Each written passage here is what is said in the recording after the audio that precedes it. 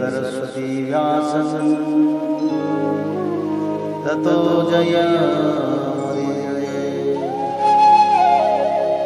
मूकं करोति वाचालं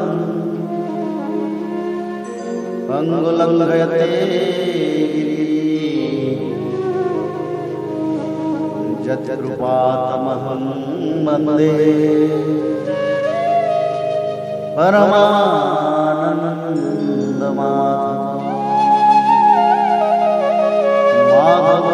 माधवो वाक्यं माधवो हरि परन्ते साधवा नित्यं सकलकार्येषु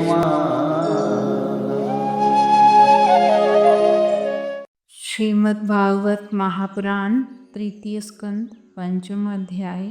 विदुर जी का प्रश्न और मैत्रेय जी का सृष्टि क्रम वर्णन। श्री सुखदेव जी कहते हैं, परम ज्ञानी मैत्रेय मुनि हरिद्वार क्षेत्र में विराजमान थे।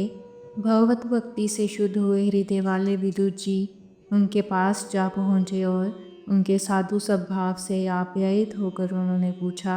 विदुर जी ने कहा, भगवान, संसार में सब लोग सुख के लिए कर्म करते हैं, परंतु उनसे ना तो उन्हें सुख ही मिलता है और ना उनका दुख ही दूर होता है, बल्कि उससे भी उनके दुख की वृद्धि ही होती है।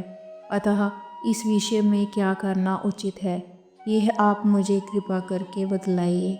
जो लोग दुर्भाग्यवश भगवान श्री कृष्ण से विमुख, अधर्मपरायण और अत्यंत दुखी हैं, उन पर कृपा करने के लिए ही आप जैसे भाग्यशाली भगवत भक्त संसार में विचरा करते हैं।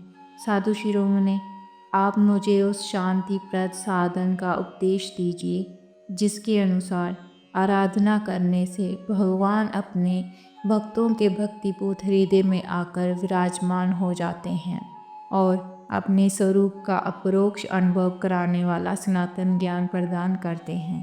त्रिलोकी के नियंता और परम स्वतंत्र श्री हरि अवतार लेकर जो लीलाएं करते हैं, जिस प्रकार अकर्ता होकर भी उन्होंने कल्प के आरंभ में इस सृष्टि की रचना की, जिस प्रकार इसे स्थापित कर वे जगत के जीवों की जीविका का विधान करते हैं, फिर जिस प्रकार इसे अपने हृदयाकाश में लीन कर वृत्ति शून्य हो जोग माया का आश्रय लेकर शयन करते हैं, और जिस प्रकार वे जोगेश्वरेश्वर प्रभु एक होने पर भी इस ब्रह्मांड में अंतर्यामी रूप से अनुप्रविष्ट होकर अनेकों रूपों में प्रकट होते हैं, वह सब रहस्य आप हमें समझाइए। ब्राह्मण, गौ और देवताओं के कल्याण के लिए जो अनेकों अवतार धारण करके लीला से ही नाना प्रकार के दिव्य कर्म करते हैं, वे भी हमें सुनाइए। यशस्वियों के मुकुटमणि श्री हरि के लीलामृत का पान करते करते हमारा मन तृप्त नहीं होता। हमें यह भी सुनाइए कि उन समस्त लोकपतियों के स्वामी श्री हरि ने इन लोकों, लोकपालों और लोकालोक पर्वत से बाहर के भागों को, जिनमें ये सब प्रकार के प्राणियों के अधिकार अनुसार भिन्न भिन्न वेद प्रतीत हो रहे हैं, किन तत्वों से रचा है। विज्वर, उन विश्वकर्ता स्वयंभू श्री नारायण ने अपनी प्रजा के स्वभाव, कर्म, रूप और नामों के वेद की किस प्रकार रचना की है। भगवान, मैंने श्री व्यास जी के मुख से ऊंच नीच वर्णों के धर्म तो कई बार सुने हैं, किंतु अब श्री कृष्ण कथामृत के प्रवाह को छोड़कर अन्य सब सुखदायक धर्मों से मेरा चित्त उब गया है। उन तीर्थपाद श्री हरि के गुणानुवाद से तृप्त हो भी कौन सकता है।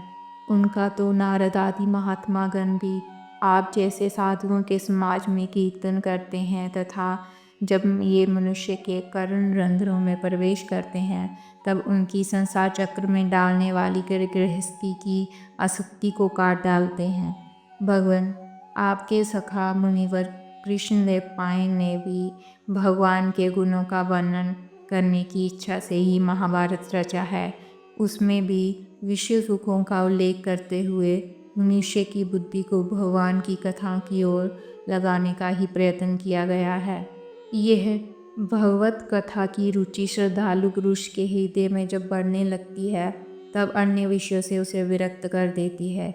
वह भगवत चरणों के निरंतर चिंतन से आनंदमगन हो जाता है और उस पुरुष के सभी दुखों का तत्काल अंत हो जाता है। मुझे तो उन शोचनीयों के भी शोचनीय अज्ञानी पुरुषों के लिए निरंतर खेद रहता है जो अपने पिछले पापों के कारण श्री हरि की कथाओं से विमुख रहते हैं।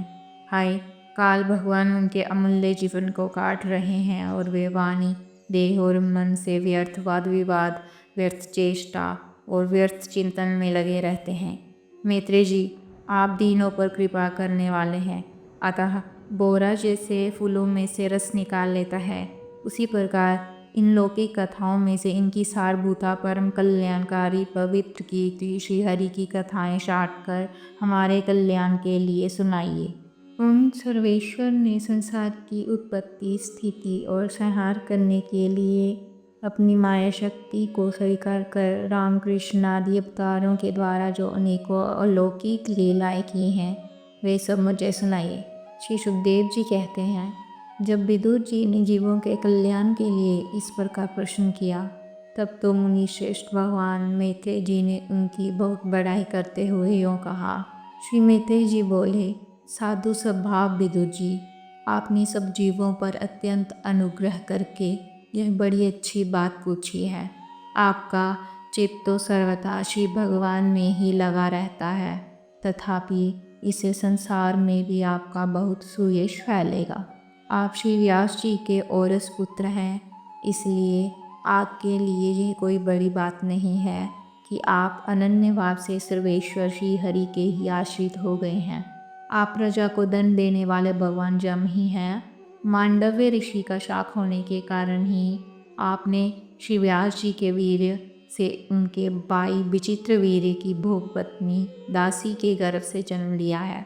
आप सर्वदा ही श्री भगवान और उनके भक्तों के अत्यंत प्रिय हैं, इसलिए भगवान निज धाम पधारते समय मुझे आपको ज्ञान उपदेश करने की आज्ञा दे गए हैं। इसलिए अब मैं जगत की उत्पत्ति, स्थिति और लय के लिए योग माया के द्वारा विस्तारित हुई भगवान की भिन्न लीलाओं का क्रमश वर्णन करता हूँ। सृष्टि रचना के पूर्व समस्त आत्माओं के आत्मा एक पूर्ण परमात्मा ही थे। ना दृष्टा था न दृश्य। सृष्टि काल में अनेक वृत्तियों के भेद से जो अनेकता दिखाई पड़ती है, वे भी वही थे। क्योंकि उनकी इच्छा अकेले रहने की थी, वे ही दृष्टा होकर देखने लगे, परंतु उन्हें दृश्य दिखाई नहीं पड़ा, क्योंकि उस समय वे ही अद्वितीय रूप से प्रकाशित हो रहे थे। ऐसी अवस्था में वे अपने को असत के समान समझने लगे। वस्तुतः वे असत नहीं थे, क्योंकि उनकी शक्तियाँ ही सोई थी, उनके ज्ञान का लोप नहीं हुआ था। यह दृष्टा और दृश्य का अनुसंधान करने वाली शक्ति ही कार्य कारण रूपा माया है। महाभाग विदुर जी, इस भावाभाव रूप अनिर्वचनीय माया के द्वारा ये भगवान ने इस विश्व का निर्माण किया है। काल शक्ति से जब यह त्रिगुणमयी माया शोक को प्राप्त हुई, तब उन इंद्रियातीत चिन्मय परमात्मा ने अपने अंश पुरुष रूप से उसमें चिदाभास रूप बीज स्थापित किया। तब काल की प्रेरणा से उस अव्यक्त माया से महत्तत्व प्रकट हुआ। वह मिथ्या ज्ञान का नाशक होने के कारण विज्ञान रूप और अपने में सूक्ष्म रूप से स्थित प्रपंच की अभिव्यक्ति करने वाला था। फिर चिदाभास गुण और काल के अधीन उस महत्तत्व ने भगवान की दृष्टि पड़ने पर इस विश्व की रचना के लिए अपना रूपांतरण किया। महत्तत्व के विकृत होने पर अहंकार की उत्पत्ति हुई, जो कार्य अधिभूत, कारण अध्यात्म और कर्ता अधिदेव रूप होने के कारण भूत, इंद्रिय और मन का कारण है। वह अहंकार वैकारिक, सात्विक, तेजस यानी राजस और तामस भेद से 3 प्रकार का है। अतः अहंतत्व में विकार होने पर वैकारिक अहंकार से मन और जिनसे विषयों का ज्ञान होता है, वे इंद्रियों के अधिष्ठाता देवता हुए। तेजस अहंकार से ज्ञान इंद्रियां और कर्मेंद्रियां हुई, तथा तामस अहंकार से सूक्ष्म भूतों का कारण शब्द तन्मात्र हुआ और उसे दृष्टांतर रूप से आत्मा का बोध कराने वाला आकाश उत्पन्न हुआ। भगवान की दृष्टि जब आकाश पर पड़ी तब उससे फिर काल, माया और चिदाभास के योग से स्पर्श तन्मात्र हुआ और उसके विकृत होने पर उससे वायु की उत्पत्ति हुई।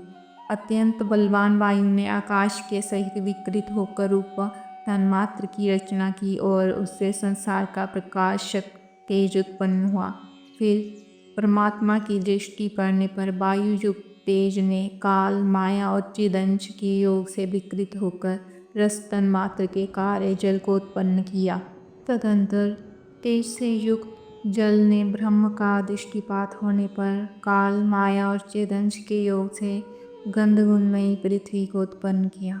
विदुर जी, इन आकाशादि भूतों में से जो भूत पीछे पीछे उत्पन्न हुए हैं उनमें क्रमश अपने पूर्व भूतों के गुण भी अनुगत समझने चाहिए। यह महतत्व आदि के अभिमानी विकार, विक्षेप और चेतनांश विशिष्ट देवगण शिव भगवान के ही अंश हैं, किंतु पृथक रहने के कारण जब वे विश्व रचना रूप अपने कार्य में सफल नहीं हुए तब हाथ जोड़कर भगवान से कहने लगे। देवताओं ने कहा, देव, हम आपके चरण कमलों की वंदना करते हैं। ये अपनी शरण में आए हुए जीवों का ताप दूर करने के लिए शस्त्र के समान है तथा इनका आश्रय लेने से जतिजन अनंत संसार दुख को सुगमता से ही दूर फेंक देते हैं। जगतकर्ता जगदीश्वर इस संसार में तापत्रय से व्याकुल रहने के कारण जीवों को जरा भी शांति नहीं मिलती। इसलिए भगवान, हम आपके चरणों की ज्ञान में छाया का आश्रय लेते हैं। मुनिजन एकांत स्थान में रहकर आपके मुख कमल का आश्रय लेने वाले वेद मंत्र रूप पक्षियों के द्वारा जिनका अनुसंधान करते रहते हैं तथा जो संपूर्ण पापनाशिनी नदियों में श्रेष्ठ श्री गंगा जी के उद्गम स्थान है, आपके उन परम पावन पाद पद्मों का हम आश्रय लेते हैं। हम आपके चरण कमलों की उस चौकी का आश्रय ग्रहण करते हैं जिसे भक्तजन श्रद्धा और श्रवण कीर्तन आदि रूप भक्ति से परमार्जित अंतकरण में धारण करके वैराग्य पुष्ट ज्ञान के द्वारा परम धीर हो जाते हैं। ईश, आप संसार की उत्पत्ति, स्थिति और संहार के लिए ही अवतार लेते हैं, अतः हम सब आपके उन चरण कमलों की शरण लेते हैं जो अपना स्मरण करने वाले भक्तजनों को अभय कर देते हैं। जिन पुरुषों का देह गेय तथा उनसे संबंध रखने वाले अन्य तुच्छ पदार्थों में अहंता ममता का दृढ़ दुराग्रह है, उनके शरीर में आपके अंतर्यामी रूप से रहने पर भी जो अत्यंत दूर है, उन्हीं आपके चरणार बिंदों को हम बचते हैं। परम यशस्वी परमेश्वर, इंद्रियों के विषय विमुख रहने के कारण जिनका मन सर्वदा बाहरी ही भटका करता है, वे पामर लोग आपके विलासपूर्ण पाद विन्यास की शोभा के विशेषज्ञ भक्तजनों का दर्शन नहीं कर पाते। इसी से वे आपके चरणों से दूर रहते हैं।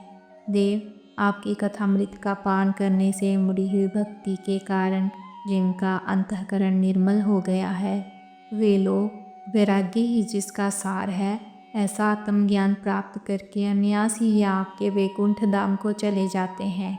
दूसरे धीर पुरुष चित्त निरोध रूप समाधि के बल से आपकी बलवती माया को जीतकर आप में ही लीन हो जाते हैं, पर उन्हें श्रम बहुत होता है, किंतु आपकी सेवा के मार्ग में कुछ भी कष्ट नहीं है। आदिदेव, आपने सृष्टि रचना की इच्छा से हमें त्रिगुणमय रचा है, इसलिए भिन्न स्वभाव वाले होने के कारण हम आपस में मिल नहीं पाते और इसी से आपकी क्रीड़ा के साधन रूप ब्रह्मांड की रचना करके उसे आपको समर्पण करने में समर्थ हो रहे हैं। अतः जन्म रहित भगवान, जिससे हम ब्रह्मांड रचकर आपको सब प्रकार के भोग समय पर समर्पण कर सकें और जहाँ स्थित होकर हम भी अपनी योग्यता के अनुसार अन्न ग्रहण कर सकें तथा ये सब जीव भी सब प्रकार की विघ्न बाधाओं से दूर रहकर हम और आप दोनों को भोग समर्पण करते हुए अपना अपना अन्न भक्षण कर सकें, ऐसा कोई उपाय कीजिए। आप निर्विकार पुराण पुरुष ही अन्य कार्य वर्ग के सहित हम देवताओं के आदि कारण हैं। देव, पहले आप अजन्मा ही ने सत्वादि गुण और जन्मादि कर्मों की कारण रूपा माया शक्ति में चिदाभास रूप वीर्य स्थापित किया था। परमात्म देव महतत्व आदि रूप हम देवगण जिस कार्य के लिए उत्पन्न हुए हैं उसके संबंध में हम क्या करें। देव, हम पर आप ही अनुग्रह करने वाले हैं, इसलिए ब्रह्मांड रचना के लिए आप हमें क्रिया शक्ति के सहित अपनी ज्ञान शक्ति भी प्रदान कीजिए। इति श्रीमद्भागवते महापुराणे पारमहंस्यां संहितायां तृतीय स्कंदे पंचमोऽध्याय।